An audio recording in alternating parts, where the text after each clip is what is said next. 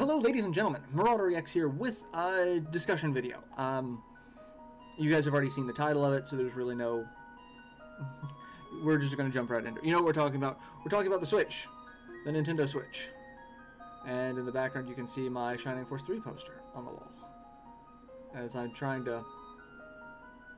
There we go. Try to get it in focus. Anyway. The Switch.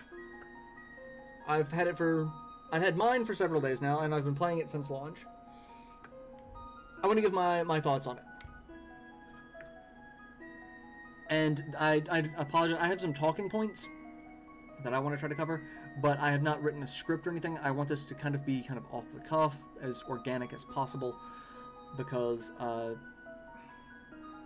feel like the more I try to script it, the more I'm going to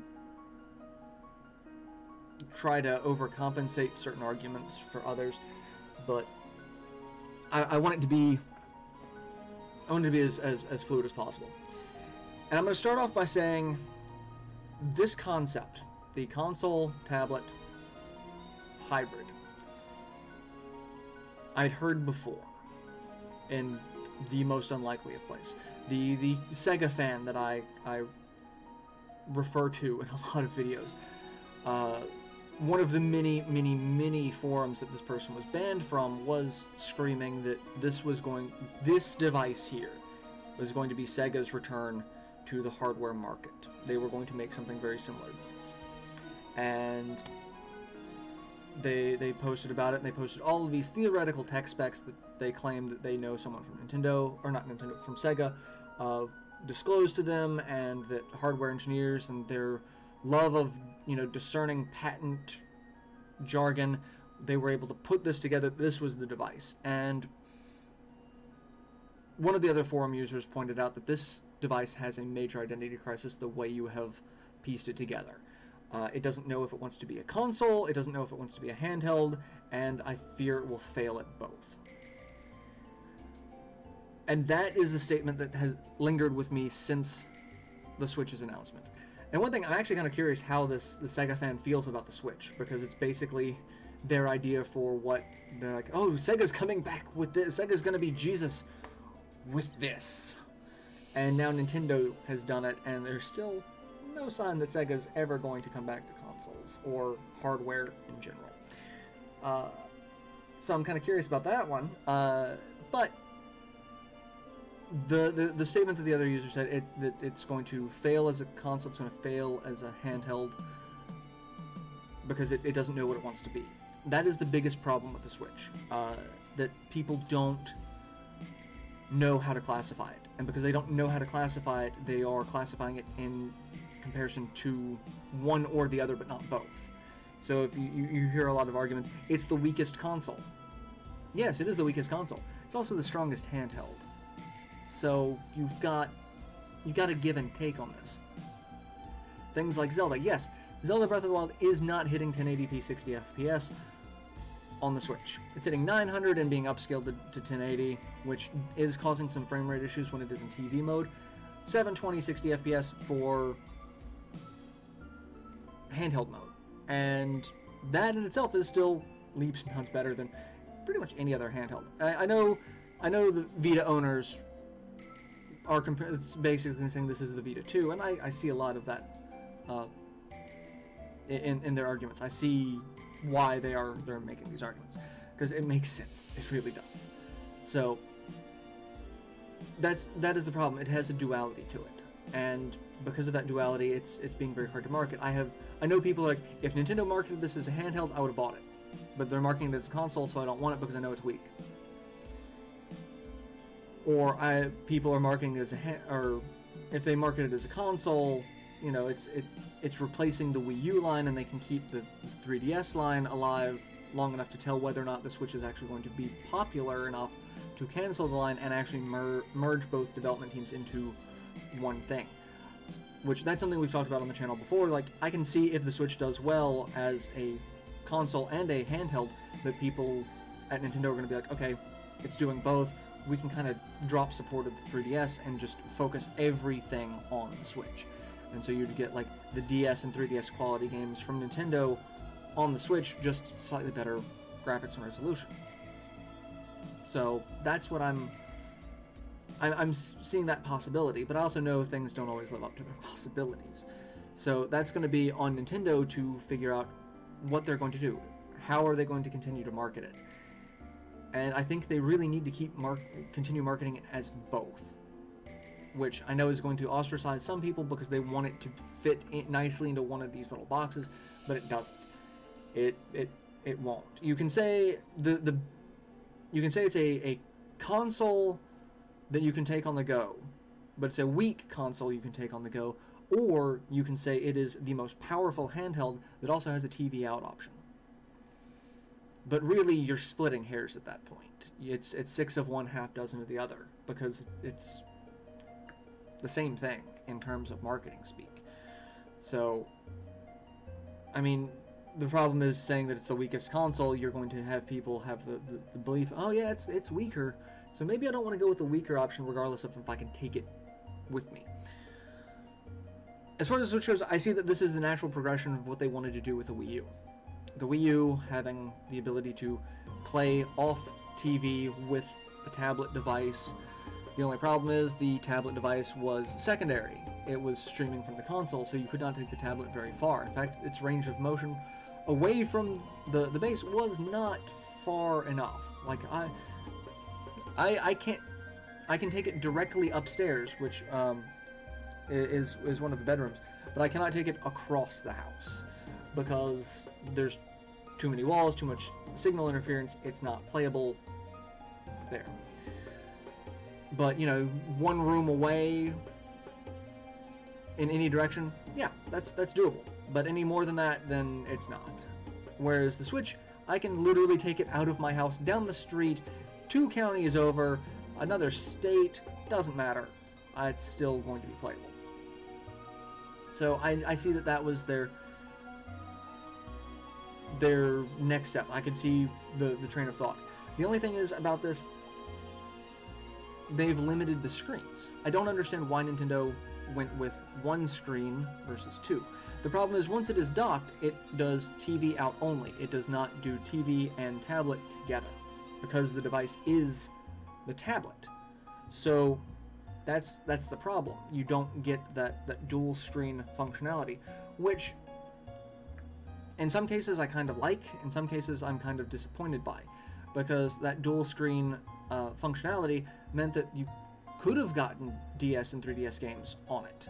I don't understand why they didn't do that for the Wii U, because that could have kept the system limping along a little bit longer, but you can't get that with the Switch. So you're not going to see DS or 3DS ports of games unless the secondary screen is completely superfluous and can be removed by the developers. That's sadly going to be how it functions. So, a little disappointed by that. Other things that are slightly disappointing are the build quality. I've talked to a lot of friends about this. There have been so many videos and so many stories about problems with the Switch. Some of them I agree with, some of them I disagree with. Some of the ones I do agree with is that there's problems syncing the left Joy-Con. That seems to be mostly hardware related at this point. They have done an update that fixes it a little, but not enough. It seems that it could also be just a specific batch of Joy-Cons, a specific production run. There are some. I've had problems with both Joy-Cons, but that's more trying to get the Switch to register both Joy-Cons as one controller rather than 2 individual controllers.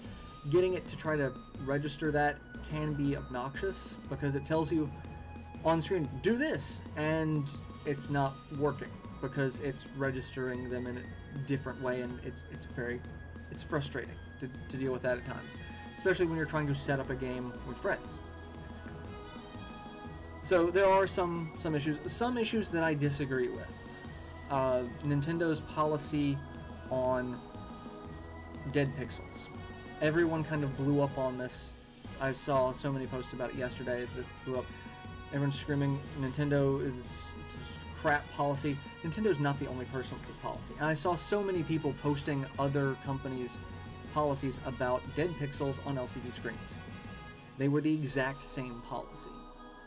So if everyone is going to get up in arms and start trying to crucify Nintendo about dead pixels, crucify everyone else about it as well, because everyone else that makes LCDs have the exact same policy. If you make a high-def LCD screen, they have dead pixels are going to be a thing because you have so many pixels on their screen that, you know, just even if you try to QA, there's going to be a chance that one of them or two of them is going to go out. It's when they get so many of them either on screen total or so many of them in clusters that they'll be like, okay, that's obviously a defect, let's switch that out. And Nintendo has that policy. There have been statements of, if you have too many, send it to Nintendo, they will fix it. But just getting all up in arms, Nintendo, dead pixels are a thing with LCD. Like, that's not them being apathetic, that's them being realistic about how that hardware is produced and how it exists today. If you want to get upset about them, fine, great, but I expect to see that same vitriol toward Sony, toward Vizio, toward Samsung, anyone that makes an LCD screen. I expect to see that same level of animosity towards, because I guarantee you they have the same, because I saw all of those other companies' statements on that. That's their policy as well. It's like, if I buy a TV and it has, you know, a dead pixel, I can't say, oh, it has a single dead pixel. Everyone's just going to kind of laugh at me like, yeah, that happens. If I have a cluster of dead pixels, or I have multiple dead pixels all over the screen, then, hey, yeah, that's probably a defect. We'll switch it out for you. And that's how it works. So, yeah. There are some questionable build choice decisions. There are some that's just kind of how the industry's handling it at the moment. If you want to see change in the industry, then we have to deal with it as an industry whole, not just screaming at Nintendo and pretending that it doesn't exist for anyone else. Other hardware design choices that I'm kind of questioning about is, I've talked to several people, several of my subscribers and fans, people that I have been supporting the channel for a really long time, and I continuously thank them for their support. But I love these conversations with them because it allows to try to figure out the possible mindset. We will never know, because we don't work for Nintendo. We haven't designed the hardware. I've spoken to a couple of hardware engineers that do similar things that provided some devil's advocate arguments. Like, you know, this could be their mindset. It wouldn't have been my choice, but I'm also not on their development team, and I don't know what their limitations, what their stipulations, or what their design goals were. But a lot of people are upset that it does not have glass. The screen is not glass, it is plastic. Like I said, some of the devil's advocate arguments are that it's lighter, the plastic that they used is lighter, that the plastic is obviously cheaper, and Nintendo's already, you know, eating into a lot of profits by the fact that they don't have a bundled-in game and things like that. So maybe they wanted to try to knock the price down wherever they could. They were nickel and diming it. Entirely possible. One statement I heard was possible heat distribution. Gorilla Glass could hold heat in a little bit better than, say, the plastic does. And while it does have a vent on the top to vent heat, I've seen reports both that, you know, support and contradict this, that the Switch can get rather warm when under, you know, heavy CPU load, and so maybe they didn't want it to get any warmer than the unit already was, so they went with something that was not going to hold in heat as well. Again, I don't know the specifics of that. I can't say from a software engineer point. I will say that I was talking to a friend about this.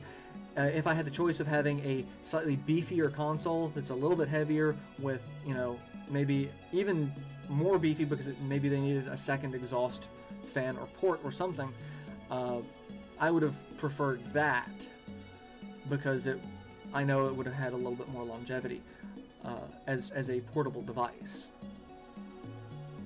But if Nintendo wanted it to be lightweight, portable, accessible, these are reasons that they could have not gone for it, because the glass could have been a little bit heavier and added more to the weight, or heat, or whatever. I don't know. I do wish they had gone with glass, personally, because the plastic does scratch. Mine does not have any scratches on it at the moment, knock on wood, that it won't get any more, and I'm going to deal with the dock to make sure it doesn't do that, because that is another thing that was brought up that's a very questionable design choice that Nintendo had to have seen and never addressed, is the dock. The dock is plastic, the screen is plastic. When you have plastic on plastic, there's a good chance that they are going to scratch. That's just how plastic works. It is not a scratch-resistant material. You do have scratch-resistant plastics, but these are not it. And so it's very questioning that at Nintendo they didn't see this, because you know their hardware development teams were testing this constantly, taking it in and out of the dock. That their software development teams were doing the same thing. It's like, oh, well, we've got this working in tablet mode. Let's see if we can get it working well in TV mode, or vice versa. They're taking it in and out of the dock. No one noticed that the docks could scratch them. Or do they have better docks? Or do those development switches have glass, and they had to cut the glass for the retail mods? I don't know. But that is a design choice that I kind of wish was changed. But all aside, looking at it, I think it is a neat device. I think it has a ton of potential. Like I said, things don't always live up to their potential. But if Nintendo continues to market it properly, they continue to market it at all, they're already doing better than the Wii U ever did in terms of marketing. Because I can't get that Imagine Dragons song out of my head to save my life now. Thank you, Nintendo. Thank you, Imagine Dragons. It's earworm. Sorry. I think if they continue to market and continue to market the features of it, the fact that it is console quality gaming, it does have console quality gaming on the go. It may not be AAA console, you're not going to get like the 1080, you're definitely not going to get, 1440 or 4K or anything like that, but it's on the go. Because that is one thing that I have been struggling with now in terms of choices, is I've kickstarted several games that have now been announced that they are coming to the Switch. I've originally backed them for the PS4 or PC or other devices, but now they have Switch versions. And the question is, do I want to take these with me on the Switch? Would I rather get them on the Switch at the risk of a possible graphical downgrade, but being able to take it with me on the go?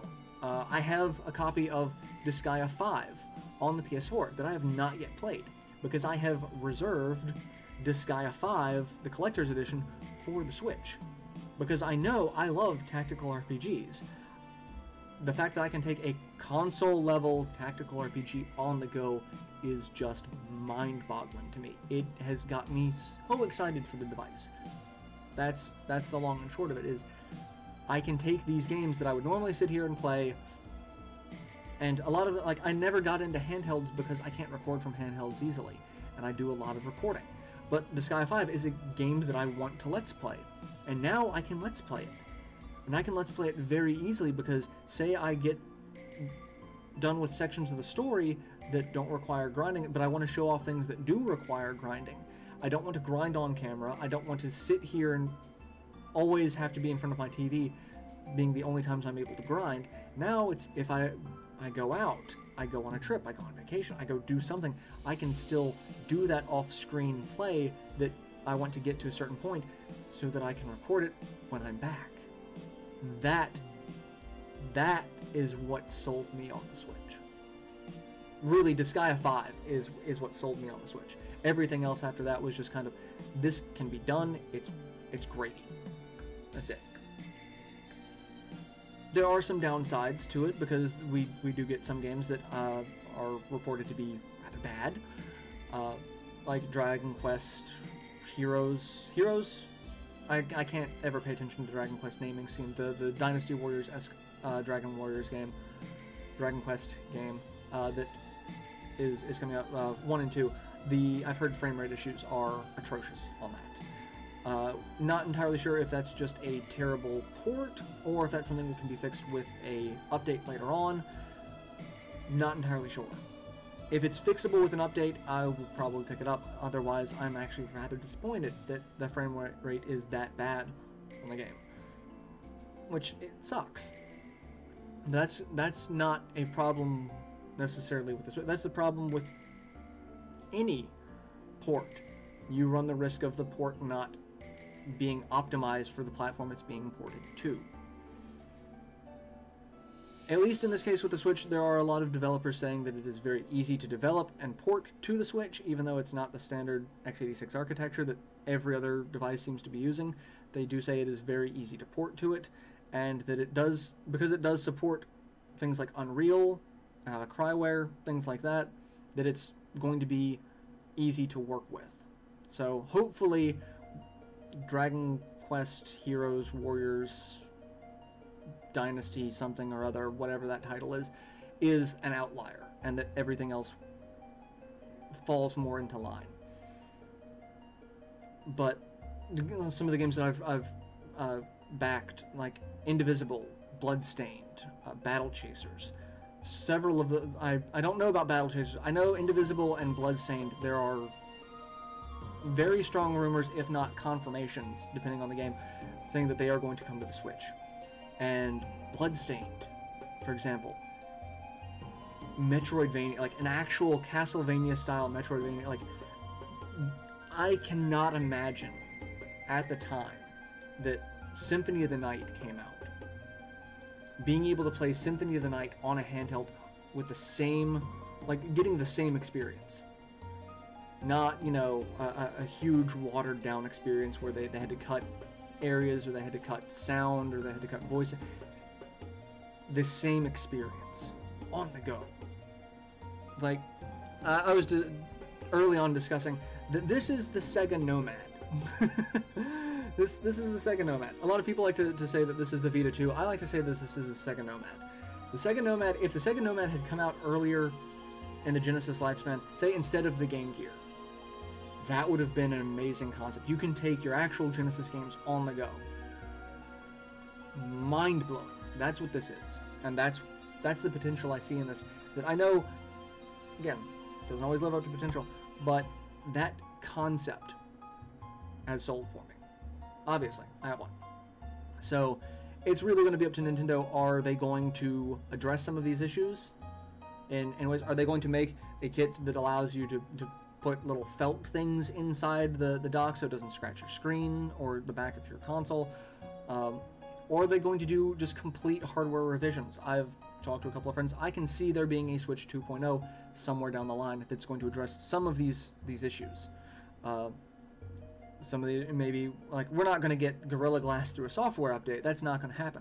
But Switch 2.0 might have Gorilla Glass, might have a Pascal chip, might have Joy-Cons that you don't have to worry about desync issues, anything like that. I can see there being a Switch 2.0, and knowing Nintendo's hardware revision cycle, say like the DS to the DS Lite to the DSi, I can see them doing that. Hopefully they don't do it soon, because the sooner they do it, the more they show they don't have faith in their hardware design. But we saw the DS, the DS Lite, and the DSi all within a span of a generation. So it's entirely possible that we will get a Switch 2.0 that's going to have a little bit better or different features or something as such, that we'll have to weigh the possibilities of, is it worth the upgrade or the lateral move or whatever it's going to be in that case? Or is keeping the one that we've got the better choice and investing in games?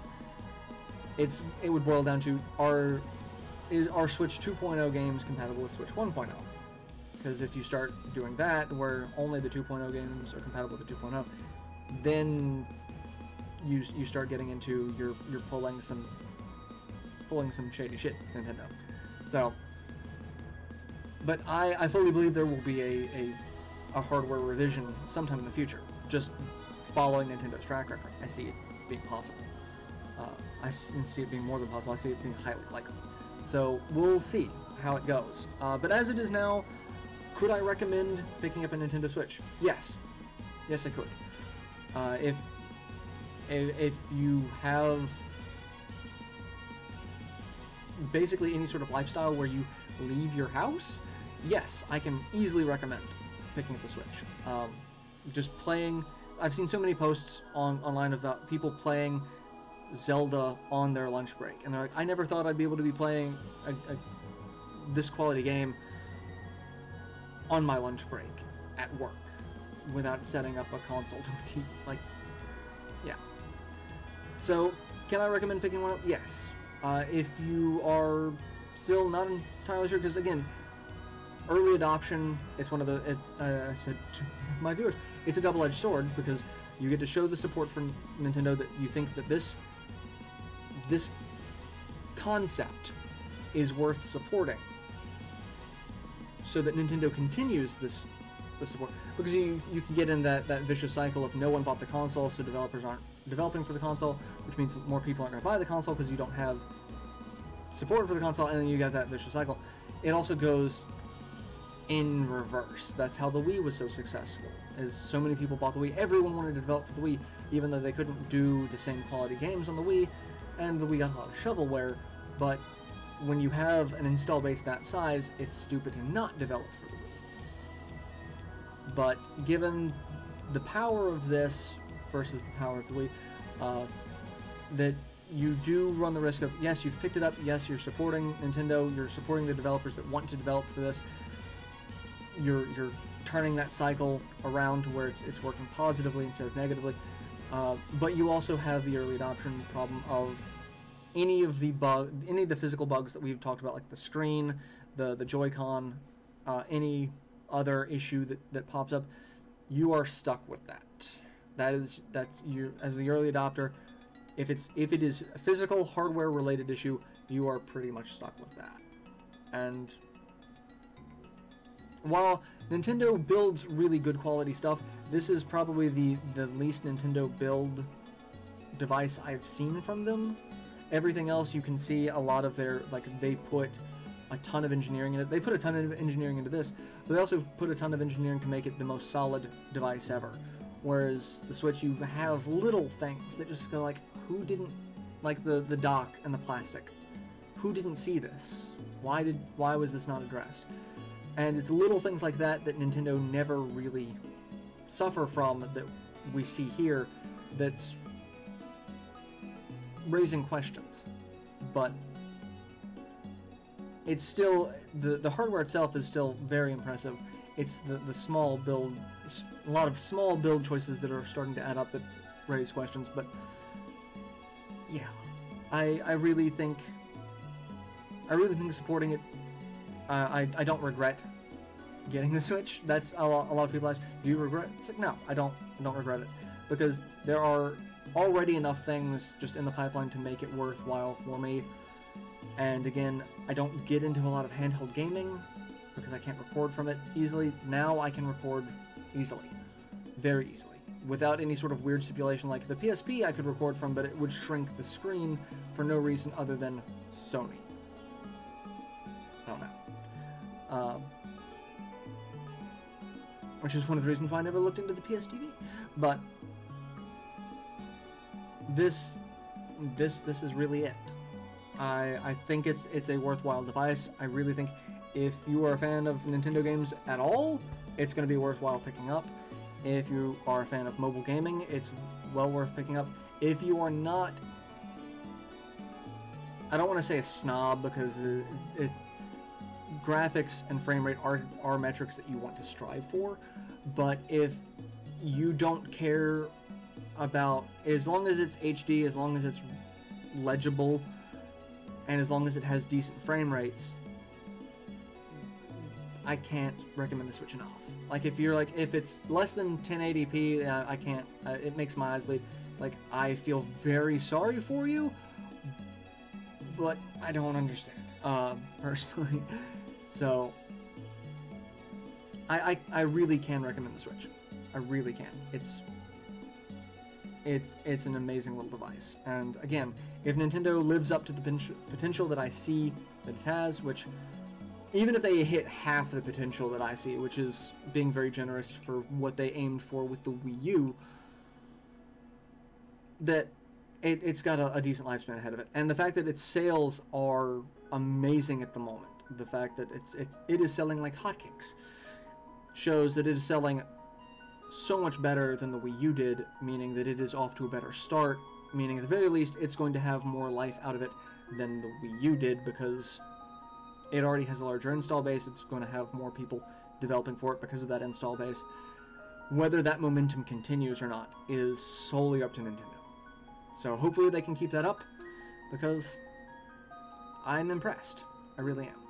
So, in fact, I'm going to get back to playing it now. So, if you haven't picked one up, I really recommend it if you can find one, depending on how bad it's still being sold out in places. But I recommend it. 2 optimistic thumbs up. I don't have a rating system. I don't do 4 out of 5 stars or anything like that. But I do recommend it. So, and if you already have a Switch and have a friend code, hit me up. I'll put my friend code in the video description. Feel free to add me, and we'll play Bomberman or something. I don't know. We'll figure something out. So yeah, I'm gonna go play more Zelda. So till then, later everyone.